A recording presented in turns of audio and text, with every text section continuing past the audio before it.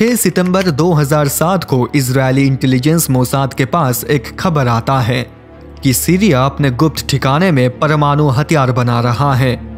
ये खबर सुनते ही इजराइल चौंक जाता है, क्योंकि अगर सीरिया को परमाणु हथियार मिल गया तो मिडिल ईस्ट में इजराइल का अस्तित्व संकट में पड़ जाएगा। तुरंत मोसाद ने सीरिया की परमाणु ठिकानों को नष्ट करने के लिए एक ऑपरेशन तैयार किया। इसका नाम दिया गया ऑपरेशन आउटसाइड द बॉक्स। आज की इस वीडियो में हम ऑपरेशन आउटसाइड द बॉक्स की कहानी आपको बताएंगे। साथ ही ये भी जानेंगे कि सीरिया अपनी परमाणु गतिविधि को क्यों छुपाने में नाकामयाब रहा।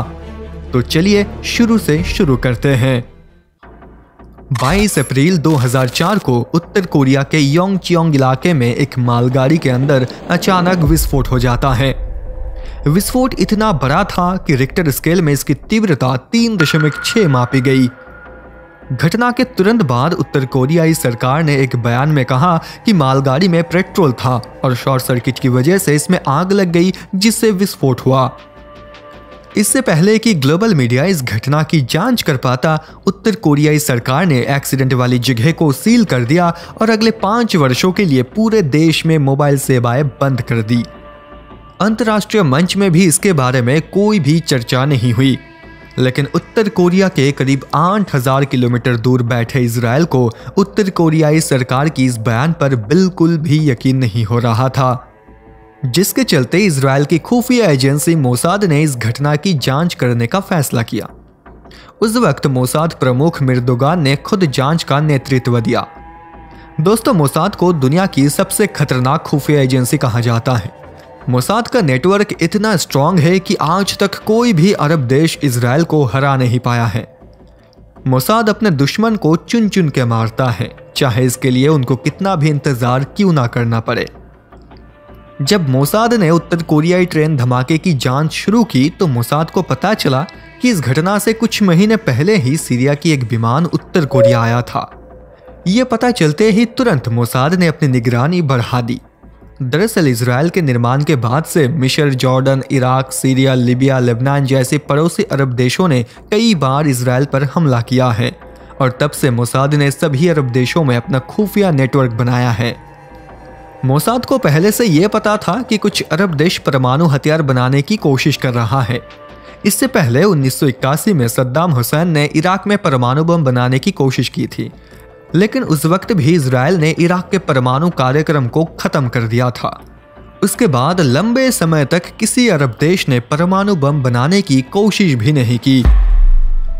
लेकिन साल 2000 में जब बशर अल असद सीरिया की राष्ट्रपति बने, तब से वे अपने देश में परमाणु बम बनाने के लिए उत्तर कोरिया के संपर्क में थे। सीरिया उत्तर कोरिया से इतनी गोपनीय तरीके से बातचीत करती थी कि अमेरिका की खुफिया एजेंसी CIA, यहाँ तक कि इजराइल की मोसाद भी इससे पूरी तरीके से अनजान थे। कोई सोच भी नहीं सकता था कि सीरिया जैसा देश चुपचाप परमाणु बम बना रहा है। CIA को पहली बार 2004 में कुछ गड़बड़ महसूस हुआ। उन्होंने रिपोर्ट दी कि लग रहा है सीरिया परमाणु बम बना रहा है, लेकिन सीरिया के खिलाफ परमाणु बम बनाने की कोई भी सबूत नहीं मिली। 22 अप्रैल 2004 को उत्तर कोरिया में जिस विस्फोट का जिक्र मैंने किया था, वह इतना शक्तिशाली था कि इसने एक पूरे गांव को जला दिया था। इस विस्फोट में गांव के 10,000 से भी ज्यादा लोग मारे गए थे। उत्तर कोरिया ने पूरी घटना को दबा दिया था, लेकिन मोसाद की 2 साल की जांच में यह जानकारी सामने आई और उन्हें यह भी पता चला कि 2004 से 2006 के बीच सीरिया और उत्तर कोरिया के बीच किसी गोपनीय चीज के ऊपर बहुत बार बैठक हुई है। उस समय मोसाद को शक हुआ कि शायद सीरिया उत्तर कोरिया से परमाणु तकनीक ले रहा है और उस ट्रेन में जो विस्फोट हुआ था वो कोई पेट्रोल की वजह से नहीं, बल्कि रेडियो एक्टिव पदार्थ की वजह से हुई है, क्योंकि पेट्रोल ट्रेन में विस्फोट की तीव्रता इतनी भयानक नहीं होती है। कई महीनों की जांच के बाद मोसाद ने एक टॉप सीरियन जनरल को निशाना बनाया और हनी ट्रैप के जरिए उसके लैपटॉप से खुलासा किया कि सीरिया ने उत्तर कोरिया के साथ परमाणु बम बनाने के लिए $1 बिलियन का सौदा किया है। इसमें एक परमाणु ठिकाने का भी पता चलता है, लेकिन तब तक सीरिया परमाणु बम बना चुका है या नहीं, या उसका परमाणु कार्यक्रम कहाँ चल रहा है, इसके बारे में कोई जानकारी नहीं मिली। अमेरिकी राष्ट्रपति जॉर्ज डब्ल्यू बुश इस मामले में इजराइल की मदद करते हैं। दिन रात सैटेलाइट से खोज करने के बाद पता चला कि यह परमाणु ठिकाना सीरिया में यूफ्रेटिस नदी के किनारे अल कबीर रेगिस्तान में बनाया गया है। यह अल कबीर रेगिस्तान सीरिया और इराक के बॉर्डर के पास है और यह बहुत कम आबादी वाला स्थान है। मोसाद को सीरिया के परमाणु कार्यक्रम के ठिकाना का पता चल गया था, लेकिन यह पता नहीं चल पाया कि सीरिया ने परमाणु बम विकसित किया है या नहीं। ये जानकारी पाने के लिए इजराइल की सबसे शक्तिशाली सेना यूनिट सायरेथ मत्काल को बुलाया गया। सायरेथ मत्काल इजराइल की सबसे शक्तिशाली कमांडो फोर्स है, जिसका इस्तेमाल कठिन से कठिनतम मिशन को अंजाम देने के लिए किया जाता है। सायरेथ मत्काल कमांडो को अल कबीर रेगिस्तान से नमूना इकट्ठा करने का काम सौंपा गया। परमाणु बम बनाया गया है या नहीं, ये परीक्षण स्थल के आसपास के क्षेत्र की मिट्टी और पानी के नमूने में रेडिएशन का परीक्षण करने से समझा जा सकता है। इस सैंपल को इकट्ठा करने का काम बहुत ही जोखिम भरा था, क्योंकि सीरियाई सेना और खुफिया एजेंसी को चकमा देकर इस जगह से सैंपल इकट्ठा करना था। अगर इजराइल का कोई भी एजेंट पकड़ा जाता तो अंतर्राष्ट्रीय स्तर पर इजराइल को दोषी घोषित कर सीरिया इजराइल पर युद्ध की घोषणा कर देती। सबसे बड़ा चैलेंज था सीरियाई एयर स्पेस को पार करके हेलीकॉप्टर की मदद से उस साइट तक पहुंचना। लेकिन अगस्त 2007 में सायरेथ मत्काल के विशेष कमांडो अल कबीर से सैंपल इकट्ठा करके लौट आए। सैंपल टेस्ट करने के बाद पता चला कि सीरिया अभी तक परमाणु बम नहीं बनाया है, लेकिन वह परमाणु बम बनाने की आखिरी स्टेज पर है। इस बीच मोसाद को और एक खबर मिलती है कि एक पूरा परमाणु बम बनाने के लिए उत्तर कोरिया से सीरिया में एक सप्लाई आई है। ये खबर मिलते ही इजरायली प्रधानमंत्री ने मोसाद को सीरिया में ऑपरेशन करने का आदेश दिया।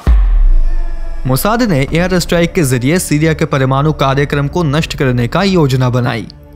प्लान के मुताबिक 6 सितंबर की आधी रात को 10 F-15 लड़ाकू विमान इजराइल के रमत डेविड एयरबेस से सीरिया के लिए रवाना हुई। लेकिन कुछ टेक्निकल इश्यू के कारण 3 F-15 बेस पर लौट आए और बाकी 7 विमान सीरिया चले गए।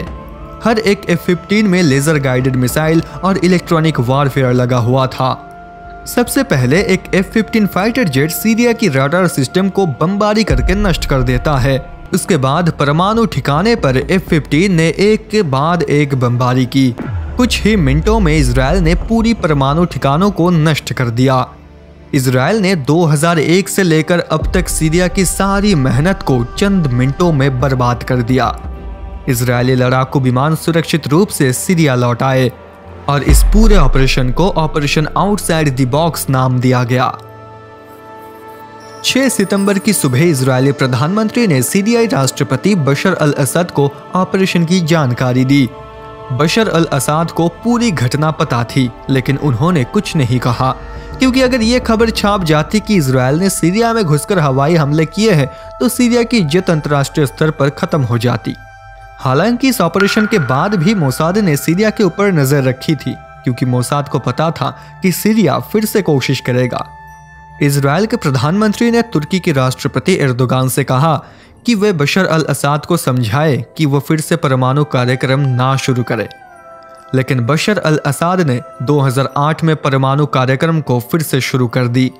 मोसाद को पता चल गया कि सीरिया के परमाणु कार्यक्रम का मास्टरमाइंड मोहम्मद सुलेमान है, जो कि सीरियाई सेना का एक शीर्ष व्यक्ति है। बशर अल असद काफी हद तक मोहम्मद सुलेमान के ऊपर निर्भर है। मोसाद ने मोहम्मद सुलेमान को मारने के लिए एक और प्लान बनाया। एक गर्मी की छुट्टी में जब मोहम्मद सुलेमान अपने घर घूमने के लिए गए थे, तब मोसाद की एक स्नाइपर यूनिट ने मोहम्मद सुलेमान की उस समय हत्या कर दी। इसके बाद सीरिया ने परमाणु कार्यक्रम हमेशा के लिए बंद कर दिया। दिलचस्प बात यह है कि सीरिया ने अभी तक मोहम्मद सुलेमान की हत्या की बात स्वीकार ही नहीं की है। तो दोस्तों, ये थी ऑपरेशन आउटसाइड द बॉक्स की कहानी। इजराइल के इस खतरनाक ऑपरेशन के बारे में आपका क्या कहना है, नीचे कमेंट करके बताइए। अगर आपको वीडियो पसंद आया है तो इस वीडियो को लाइक करें और ऐसे ही इंफॉर्मेटिव वीडियो देखने के लिए चैनल को सब्सक्राइब करना ना भूलें।